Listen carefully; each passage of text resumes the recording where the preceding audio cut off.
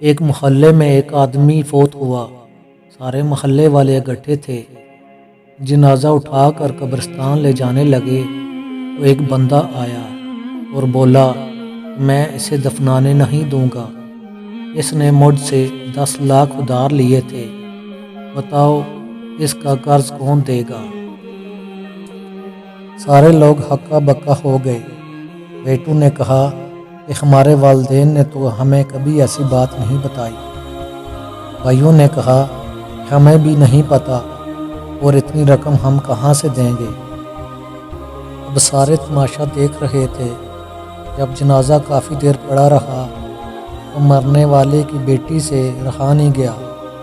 وہ اندر گئی اور اپنا سارا زیور نکال کر اس بندے کو دے دیا اور کہا، انکل یہ بیچ کر جتنا پیسے ملتے ہیں رکھ لیں، باقی میں آپ کو بعد میں دے دوں گی۔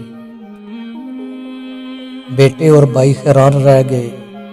پھر جنازہ اٹھایا گیا اور جب اس کو دفنا دیا گیا تو وہی بندہ بولا کہ میں نے اس سے پیسے لینے نہیں بلکہ دینے تھے۔ اب مجھے پتہ چل گیا ہے کہ وارث کون ہے اور پیسے کس کو دینے ہیں۔ بیٹی نے اپنے والد کی لاج رکھی ہے، اب پیسے بھی اسی کو ملیں گے۔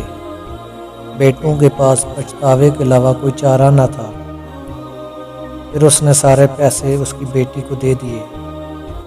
بیٹیوں کی پیدائش پر خوشیاں منانی چاہیے، نہ کہ غم، اور ویسے بھی بیٹیاں والدین کے ساتھ زیادہ پیار کرتی ہیں بنسبت بیٹوں کے۔